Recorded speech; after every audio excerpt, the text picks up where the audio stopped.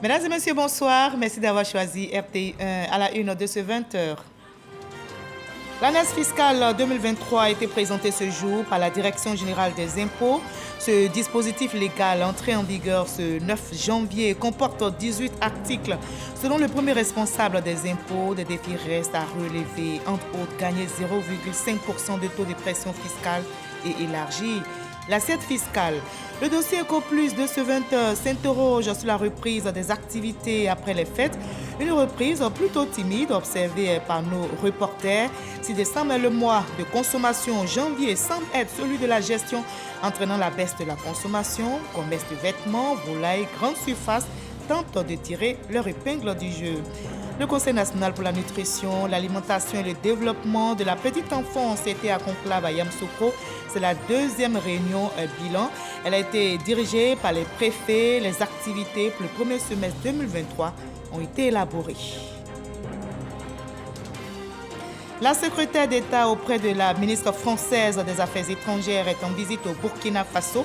Elle a rencontré le président de transition Ibrahim Traoré. L'émissaire de l'Élysée a affirmé que la France n'impose rien au Burkina Faso. Son pays est plutôt disponible pour inventer un avenir ensemble. Soyez les bienvenus sur RTI1. Le ministère d'État, ministère des Affaires étrangères, de l'intégration africaine et de la diaspora tient sa première réunion de l'année 2023. La réunion vient de se tenir justement et la ministre d'État, Kandia Camara, a échangé avec le personnel le bilan des activités de l'année écoulée et les perspectives 2023 ont été présentées, nous rapporte Logoreti Jamagagi. Au cours d'une rencontre avec le personnel, la ministre d'État, Kandia Camara, déballe ses objectifs 2023. C'est le lieu de rappeler, au titre des priorités du ministère d'État, l'amélioration du cadre de vie et de travail des diplomates, le renforcement et la valorisation des compétences des diplomates, la mise en place du comité sectoriel du dialogue social. Nous n'allons pas nous arrêter en si bon chemin en 2023. À ce propos, j'ai l'honneur de vous annoncer la création prochaine de l'Institut de formation du ministère d'État, ministère des Affaires étrangères, de l'intégration africaine et de la diaspora. Des projets salués par l'ensemble du personnel.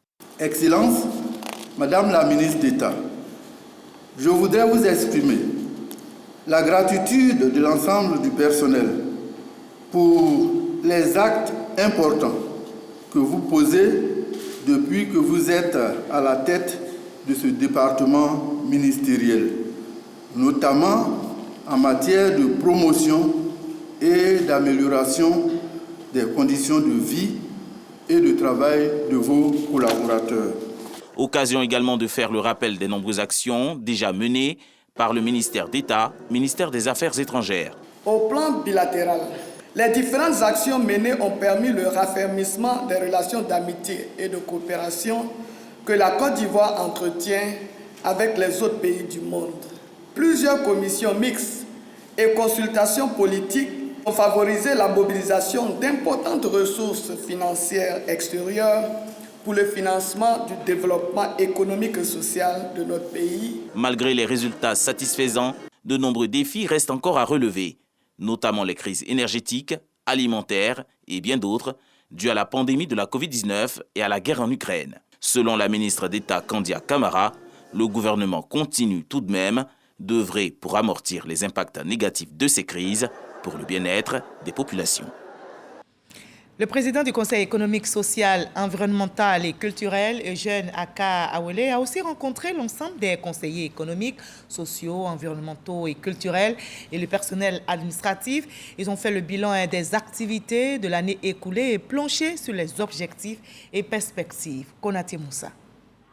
Le Conseil économique, social, environnemental et culturel, CESEC, institution dont la mission principale est d'accompagner les politiques gouvernementales, à l'occasion de cette nouvelle année, a organisé sa première rencontre entre le président Eugène Aka Awele, les membres de cette chambre consultative et le personnel administratif. Au vu des bilans satisfaisants des activités effectuées au cours de l'année 2022, les conseillers ont traduit leur volonté d'accompagner le président du CESEC dans l'atteinte des objectifs de cette nouvelle année. Nous pouvons affirmer, sans risque de se tromper, que votre management plus que déterminant, combiné à la présence des personnalités, aux compétences et aux expériences avérées, auront permis à notre institution d'enregistrer en si peu de temps des résultats prometteurs à tout égard et de mériter la très haute confiance du président de la République. Conscient que l'administration soit le moteur de toute institution qui se veut dynamique, efficace et permanente, les agents du CESEC, par le biais du secrétaire général Nguessan Kouadio Claude, ont fait le serment de contribuer à maintenir l'institution comme un outil performant et d'appui véritable au développement économique. Ému par ses propos, le président Eugène Akawele a félicité l'ensemble des conseillers et le personnel administratif pour le travail remarquable accompli ensemble au cours de l'année 2022.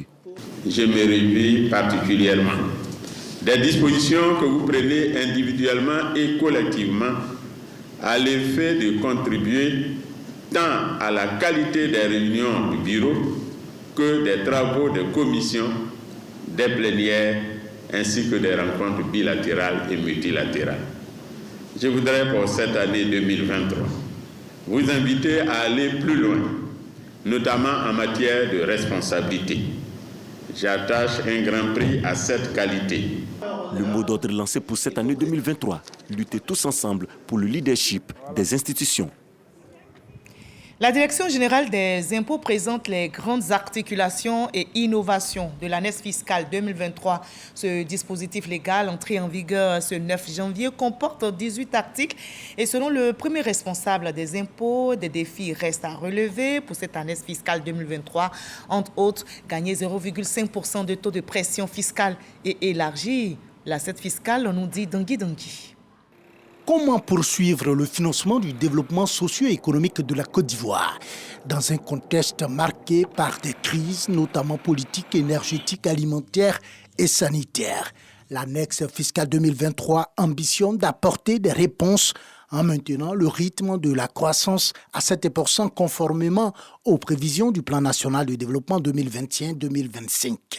Les annexes fiscales où certaines personnes ont applaudi, c'est les annexes fiscales où l'État a perdu des milliards. Les mêmes personnes veulent que l'État perde des milliards, les mêmes personnes veulent les routes, les mêmes personnes veulent les ponts, tout le monde veut des hôpitaux dans son village, les écoles, il n'y en a pas suffisamment, mais on trouve l'argent où? L'annexe fiscale 2023 fait l'option de ne pas augmenter les impôts, mais plutôt d'élargir l'assiette fiscale. Le défi majeur reste la taxation du secteur informel, encore connu sous le nom d'économie souterraine, représentant environ 40% du produit intérieur brut, selon les experts. Le secteur informel, c'est les conteneurs qu'on débarque à Djamé la nuit, là, que tout le monde sait. C'est ceux-là que nous cherchons. C'est ceux qui créent l'économie souterraine pour échapper à l'impôt. C'est cela qui nous intéresse. Et ça, c'est ce vrai secteur informel-là qui fait les 40%, pratiquement 45% de la richesse de la Côte d'Ivoire. De l'ordre de 13% à fin 2022, le taux de la pression fiscale en 2023 devrait passer à 13,5%, soit une augmentation de 0,5% équivalent à un montant d'un peu plus de 200 milliards de francs CFA. En plus des dispositions légales contenues dans l'annexe fiscale 2023 avec ses 18 articles, la Direction générale des impôts s'est dotée de dispositifs techniques de dernière génération pour pouvoir atteindre ses objectifs, selon le premier responsable de cette structure. Le dossier EcoPlus de ce 20h s'intéresse au quotidien des populations après les fêtes. Si décembre est le mois de consommation, janvier semble être celui de la gestion, entraînant la baisse de la consommation.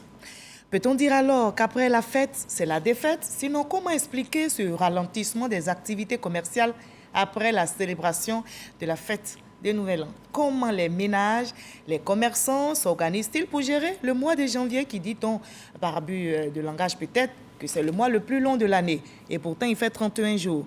Comment résiste-t-il donc à ce mois? On tente en tout cas à chaque niveau de tirer son épingle du jeu. Le dossier EcoPlus de ce 20h est signé Didier Nguessan.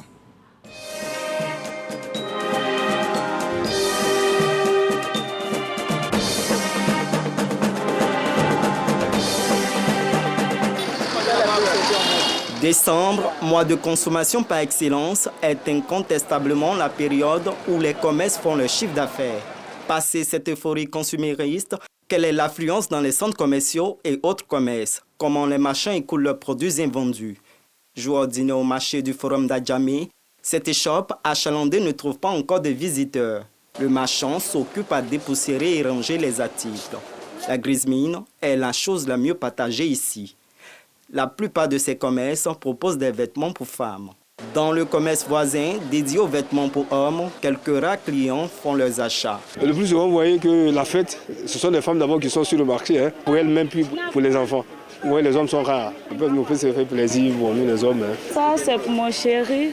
Pendant les fêtes, il était au travail, donc on ne s'est pas vu. Et après les fêtes, il est tombé malade. Je suis venue à Djamé, j'ai pensé à faire quelque chose. Chemise garçon, c'est bon parce que femme est trop compliquée. Les garçons ne sont pas compliqués. Encore, ils sont vendus chemise homme. Dans cette boutique, sur le boulevard Nangu à Brogoua, à défaut de recevoir des clients, on prospecte les plus fidèles au téléphone. Ça a beaucoup baissé. On essaie, avec les clients fidèles en tout cas, naturellement, ça ne bouge pas trop. On essaie d'organiser, arranger les magasins, faire les inventaires, voir ce qui est bon, voilà, et essayer de préparer la fête prochaine, quoi. La morosité de janvier, c'est aussi de prétexte pour réorganiser les invendus et préparer de nouvelles commandes en prélude à la Saint-Valentin. Pour mieux préparer la fête, il faut toujours bien commencer à de très longues dates, quoi. Essayer de faire la commande, bien chercher, chercher de nouveaux fournisseurs, ouais, en attendant, quoi. Toutes sortes de fêtes, y compris Saint-Valentin, Pâques, Ramadan, on s'apprête à tout en tout cas. Dans ce centre commercial, les rayons sont quasiment vides. C'est les assiettes qu'on a reçues juste après les fêtes. Parce qu'après la fête, c'est les divers. On a des assiettes, on a des thermos aussi, on a un peu de tout en fait. Les clients qu'on reçoit maintenant, la plupart c'est des instituteurs et puis c'est des particuliers. C'est juste les gens qui viennent acheter des choses de maison et puis les instituteurs qui ont besoin de décorer leur salle de classe et puis essayer par la même occasion d'acheter des choses, les tableaux récapitulatifs. Les invendus sont retournés. On essaie plus ou moins de faire des retours de ce qui est resté. L'ancien sort, on va évacuer ça là. Pas de répit pour les rayonistes qui s'affairent à décharger ces cartons. Du Nouvel An à la fête des amoureux, il n'y a que 6 semaines qu'il faut anticiper. Les guirlandes font place aux roses. Après les fêtes de décembre, nous sommes en train d'attaquer déjà la Saint-Valentin. Et vous voyez même juste derrière moi qu'il y a les articles déjà qui sont déjà disponibles. À un jet de pied d'ici, ce couple de sexagénaires a flâné dans les rayons sans sortir la bourse. Je suis venu à Abidjan pour voir un peu l'ambiance après les fêtes. Je suis venu renouveler mon stock, mais il se trouve qu'aujourd'hui, là, ma poche ne peut pas satisfaire à mes désirs. Ce n'est pas l'affluence d'il y a une semaine. Certains travailleurs font une pause quand d'autres s'occupent comme ils peuvent. Du côté de la volaille, la demande a baissé. Quand ça marche là, on peut vendre au moins de 50 ou 60 ou 100. Mais quand une fête passe là, tu sais que ça ne marche pas. Tu peux venir vendre 30 poulets ou bien 40 poulets et tu t'en vas à la maison. De même que le prix. Nous, on s'en va prendre à 4 000, 4 500, on vient vendre à 5 000. Mais maintenant, comme la fête est passée, on a essayé de voir les prix. Maintenant, là, c'était 4 000. Quand les clients viennent, nous-mêmes, on prend pour donner à 4 000 et prennent. En janvier, certaines grandes surfaces réalisent leur inventaire, quand d'autres commerces réaménagent invendus et nouvelles commandes. Petits ou grands, tous ces commerces sont résilients en s'adaptant au cycle économique. Voilà, et ce mois de janvier tirera sa révérence dans 21 jours. C'était la reprise timide après les fêtes Dossier EcoPlus signé Didier Nguessan. Le Conseil national pour la nutrition, l'alimentation et le développement de la petite enfance était en conclave à Yamoussoukro, capitale politique ivoirienne. Et c'est la deuxième réunion annuelle de coordination des activités de nutrition pour faire le bilan. Et cette réunion a été dirigée par les préfets. Les activités pour le premier semestre 2023 ont été élaborées, nous rapporte Astou Touré Danyogo. Cette rencontre vise à faire le point des actions menées sur le terrain dans le cadre de la lutte contre la malnutrition au niveau de la petite enfance. Depuis plus de 2 ans, le corps préfectoral, en collaboration avec le Conseil national pour la nutrition, l'alimentation et le développement de la petite enfance, est à pied d'œuvre pour sensibiliser les populations en zone rurale sur ce phénomène qui touche en premier les enfants des 0 à 5 ans. Le foyer de renforcement des activités nutritionnelles permet aujourd'hui d'amener la santé vers la population. Dans ces foyers, on fait le dépistage des enfants.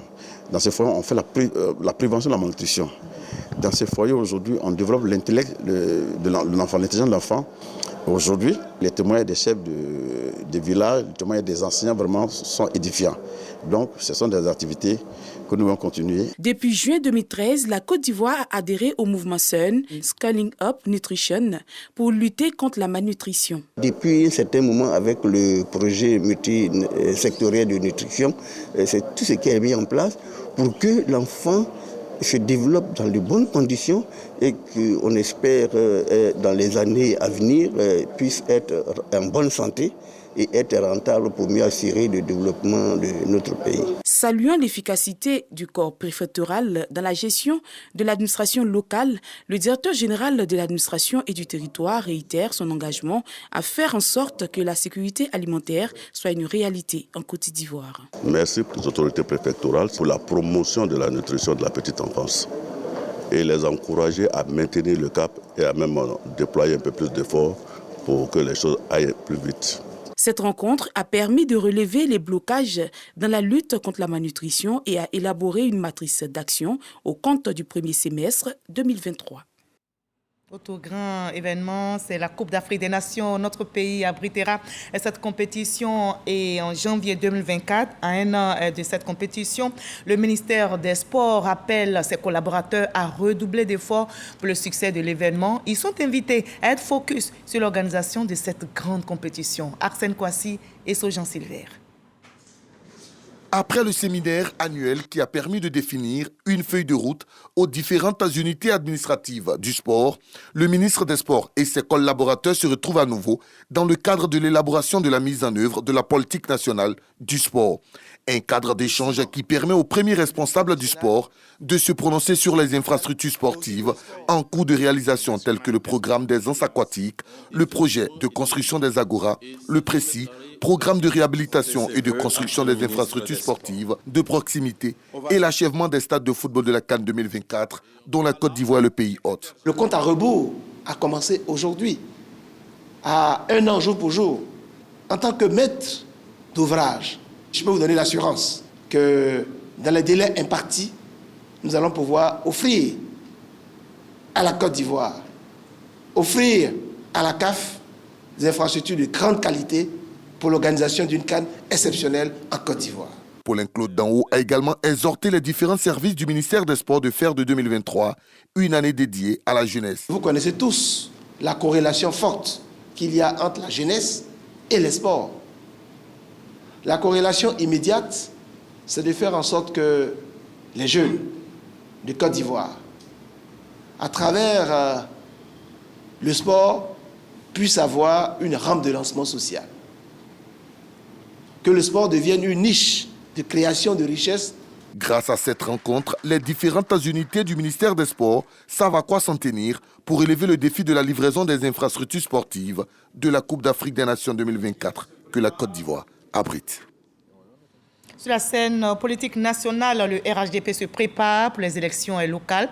Dans la région du Gol, les responsables du parti travaillent à faire le consensus sur la candidature choisie pour assurer la victoire. Les responsables du parti ont expliqué aux militants le choix des candidats et les invitent à suivre les orientations de leur parti, le RHDP. Didier Nguessan. Les militants de base du RHDP à Gagnois face aux responsables du parti dans la région. Ils échangent à bâton rompu sur l'organisation interne du RHDP, notamment le choix du candidat dans la région du Gor pour les futures élections locales. Alcide Djedje et Belmont Dogo, départementaux RHDP respectifs de Bayota et Galébré, ont tour à tour appelé au consensus autour du candidat Djedje Bagnon, choisi par le président du RHDP, Alassane Ouattara. Le président du RHDP a désigné le candidat du GOR. Nous avons invité nos secrétaires de section, nos militants, à se mettre derrière ce candidat-là, pour que le RHDP conserve ce poste-là. Que nous ne sommes pas minés par l'intérêt personnel, mais que les militants regardent l'intérêt du parti que les militants regardent la position du président, la position du chef. Miss Belmondogo invite les candidats à taire les griefs et à travailler à conserver le conseil régional du Gor, mais mieux à reconquérir les sièges électifs perdus par le parti dans la région. Les militants qui auraient des suggestions sont invités à se conformer à la procédure interne du parti. Le district autonome du Denguélé a tenu sa première session de l'année 2023, une session inaugurale pour présenter les projets de développement. Il s'agit entre autres de l'autonomisation de la femme, le développement du pôle agro-pastoral et l'investissement privé. Les détails avec Mamadou Kwasi. Ils étaient tous réunis, élus, autorités traditionnelles et religieuses, corps préfectoral et l'ensemble des cadres du district autonome du Denguélé. Au cœur de cette assise inaugurale, la relance du plan de développement de cette collectivité territoriale située au nord-ouest de la Côte d'Ivoire. Et pour tracer les sillons de cette nouvelle politique de développement, le ministre-gouverneur Gaoussou Touré et son équipe mettent l'accent sur 6 axes stratégiques. Il s'agit entre autres du secteur agro-pastoral, de l'autonomisation des femmes et la promotion des investissements privés. En clair, il veut tous une exploitation rationnelle des importantes potentialités du district. Et cela passe nécessairement, selon Gaoussou Touré, par la cohésion entre les fils et filles de cette partie de la Côte d'Ivoire. Nous avons plus de 25 milliards d'investissements qui sont prévus déjà. On ne peut que vraiment saluer tous nos frères, parce que c'est cet appel que nous avons lancé, l'appel à l'union, à la fraternité. Donc il faut qu'ensemble on s'attelle pour que dans tous les villages, on puisse voir ce développement à travers des projets intégrés pour la production du riz, du soja et du maïs. Et je sais aussi qu'il y a une volonté au niveau de l'ensemble des cadres pour qu'au niveau de tous les villages, on puisse mettre ces projets-là en œuvre.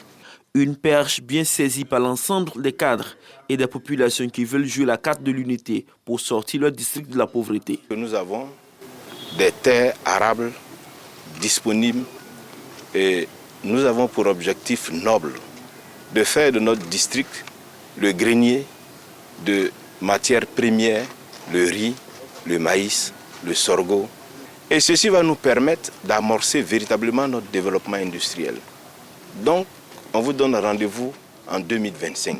Tous les projets qui ont été cités déjà et les projets en cours, surtout venant du secteur privé et du gouvernement, nous rassurent à plusieurs titres parce que cela signifie la création d'emplois, donc l'amélioration des conditions de vie des populations. Les actions et les volontés collectives seront soutenues par 17 grands projets du PND, Plan national de développement 2021-2025, avec la construction prochaine de l'université d'Odiéné, du lycée d'excellence de jeunes filles Agana Bintou Sissé et la construction de 2 nouveaux CHR pour Odiéné et Ménignan. Avec tous ces projets, le district du Denguélé veut confirmer son développement et son essor économique.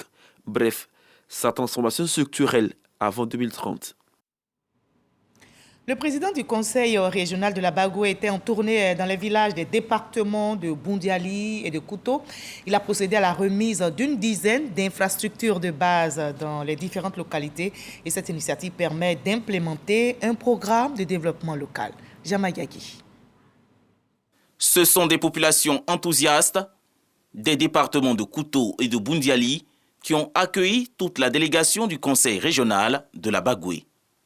Objectif de cette tournée, inaugurer et offrir les infrastructures promises aux populations. Première étape, les localités de Zanasso 1, Zanasso 2, Ndéou, dans le département de Kouto. Ici, les villageois reçoivent les clèves d'un dispensaire rural, 2 logements sociaux et la rénovation du lycée moderne de Kouto. La deuxième et la troisième étape sont marquées par une ouverture de logements pour infirmiers, de maîtres et de dispensaires dans d'autres localités du département de Boundiali. Nous avons bénéficié de ce dispensaire et d'un bâtiment de 3 salles de classe de la part du conseil régional de la Bagoué. Donc je voudrais remercier le président du conseil régional de la Bagoué, le président Siama Bama et son conseil. Il a accepté de nous offrir cet édifice que vous voyez là, bien bâti, bien équipé, avec un logement d'infirmiers. C'est pourquoi la joie est tellement immense aujourd'hui que nous n'avons pas les mots pour lui dire merci. Le coût de ces infrastructures est estimé à 255 millions de nos francs CFA que nous avons en tout cas mis à la disposition de nos parents. Le président a dit que l'école devrait être obligatoire et vu cet engagement vis-à-vis de la Côte d'Ivoire, nous traduisons ce slogan en réalité en équipant les villages d'infrastructures scolaires. À ces différentes remises ont pris part le corps préfectoral, les élus et cadres de la région de la Bagoué, avec comme leitmotiv la promotion de la paix et du développement. Voilà, fini l'insalubrité dans les gares routières. Il faut donner à ces gares un visage propre et rayonnant. C'est le défi que veut relever la coordination nationale des gares routières de Côte d'Ivoire qui vient justement de lancer ses activités à la gare routière Beba d'Agamé. Cette opération vise, vous l'avez bien compris, à rendre plus agréable cette grande gare routière et à donner plus d'assurance aux usagers. Evelyne Oyebo et Grace Kando. La coordination nationale des gares routières de Côte d'Ivoire veut, à travers cette opération de salubrité, donner fière allure à la plus grande gare routière de la commune d'Adjamé, dénommée Beba. C'est une très bonne initiative parce que ça va nous permettre quand même de prendre conscience. Vous savez, ces temps, on parle beaucoup de civisme, on parle de citoyenneté. Je pense que ça commence par là. Adam Touré, président de la coordination nationale des gares routières de Côte d'Ivoire, invite tous les acteurs du transport ainsi que les commerçants à s'impliquer dans cette lutte contre l'insalubrité. Nous sommes là aujourd'hui pour donner l'exemple à tous les transporteurs, tous les commerçants des gares routières que dorénavant, nous soutenons la municipalité pour sanctionner tous ceux qui vont salir leur environnement. Les sanctions partent de 25 000 à 200 000. Parce qu'il faut qu'est-ce qui fait plus mal à un opérateur économique, c'est de dépenser son argent. Nous sommes de cœur avec lui, nous sommes beaucoup d'accord avec ce qu'il est en train de mettre en place. Et son idée, nous allons prendre ça pour appliquer un peu partout, pour assainir Adjamé, pour que toute la population d'Adjamé s'implique dans les mêmes idées. Cette opération de salubrité qui se déroule dans le district d'Abidjan va se tendre sur l'ensemble du territoire. Belle initiative. On démarre l'année dans la bonne humeur et dans la gaieté grâce à la radio-télévision ivoirienne. La grand-messe humoristique de la RTI, Bonjour 2023, a tenu toutes ses promesses vendredi 30 décembre dernier au Palais de la Culture de Trècheville. Ce rendez-vous annuel du rire a réuni, vous allez le voir sur une même scène, les humoristes de plusieurs générations. Ces artistes ont offert un spectacle riche en humour. Nous, Sangaré, Kone Pagasoro, n'ont pas pu résister à cette ambiance de fou rire. On l'espère aussi pour vous. Palais de la Culture d'Abidjan Trècheville, jour de la grande messe humoristique de la radio-télévision ivoirienne Bonjour 2023. Dans les loges, entre stress et angoisse, les humoristes s'activent pour offrir au public un spectacle féerique et angélique. L'innovation majeure de cette 16e édition, la rencontre de plusieurs générations d'humoristes sur une même scène. Partager la même scène que certains de nos jeunes, je crois que c'est une grâce. Ça veut dire que Dieu nous a accordé des années. À l'intérieur, la salle affiche complet. Le spectacle peut alors commencer. Il y a un truc qui me plaît à l'hôpital, c'est la seule chose que j'aime là-bas, c'est que les mots ont un sens. Quand on t'appelle patient, voilà, il t'a patienté. Voilà. Moi, il y a un moment, non, moi, il est engraissé. Quand il a pris son bédou et puis son lalé, quand il a crié Dieu merci. Il dit, mais comment Dieu merci? C'est 5 minutes après, il a compris. Tous ceux qui ont appelé là, allô, faut donner mon nom. Allô, bébé, je suis enceinte encore. C'est là, moi, j'ai compris. J'ai compris que tous les Marocains qui ont les iPhones, en vérité, eux, ils ont faim. Sur scène, une dizaine d'artistes font montre de leur talent. Vous l'avez dit, il n'y a pas de policier. Mais attends, il va mettre le chapeau là-haut. Quand vous voyez les policiers, les gendarmes, les militaires, ils mettent les bérets ici là. C'est Yacouba. Parce qu'il n'y a pas de place pour mettre.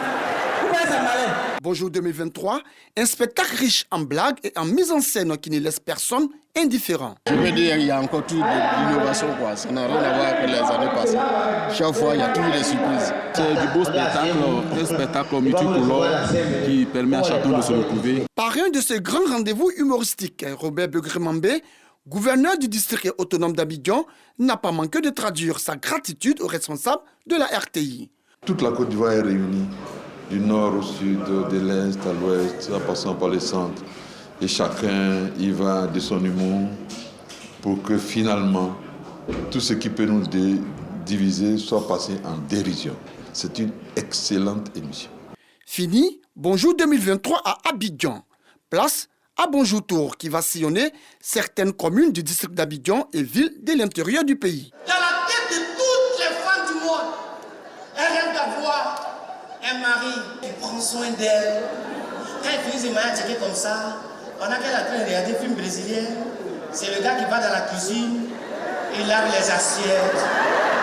Mais mesdames, laissez-moi vous dire que... Mais ouais, comme ça, c'est la télé,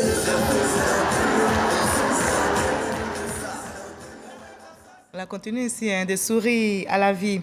À l'étranger, la secrétaire d'État auprès de la ministre française des Affaires étrangères est en visite au Burkina Faso. Elle rencontre ce 10 janvier le président de transition Ibrahim Traoré pour réaffirmer l'engagement de Paris auprès de Ouagadougou dans un contexte de relations dégradées. L'émissaire du gouvernement français a affirmé ce mardi même dans la capitale burkinabé que la France n'impose rien au Burkina Faso. Son pays est plutôt disponible pour inventer un avenir ensemble. Voilà la fin de ce 20h. Merci à vous tous de nous avoir suivis. Mais ne décrochez surtout pas. Juste après ce journal, la direction des magazines d'information vous propose le débat politique. L'émission est présentée par Fatim Guégué. Très belle soirée sur RTI 1 et moi, je vous donne rendez-vous demain à la même 20h sur ce même plateau, sur la même chaîne RTI 1.